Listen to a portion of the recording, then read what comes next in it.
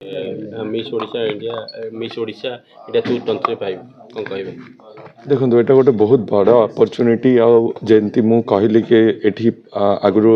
Direct auditions हो नाथिला तो एबे फाइनली जिते स्टेट से रेगुलर ऑडिशंस हेले से बहुत जन झील पार्टिसिपेट्स करि पाउछंती बहुत इंटीरियर पार्ट ऑफ ओडिशा रु करि पाउछंती जोटा बहुत मैटर करूची कहीं कम्युनिकेशन फैक्टर रे बहुत बड़ इंपोर्टेंट जिनस कि आमे सब बेले समस्तंकर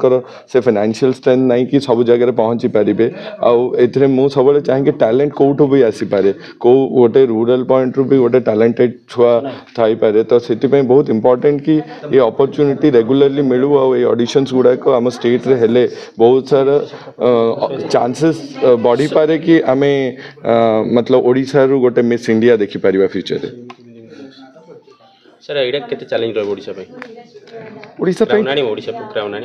ओडिशा क्राउन आनिबो सेटा गोटे पॉइंट है कि जदि रेगुलरली आमको ए अपॉर्चुनिटी मिलिबो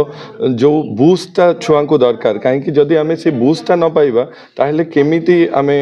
निजको प्रिपेयर करिबा अपॉर्चुनिटी जेते मिलिबो सेति कि आमे सक्सेस रेशियो हाई पाई परिबा। धन्यवाद। Thank you. जॉन भाई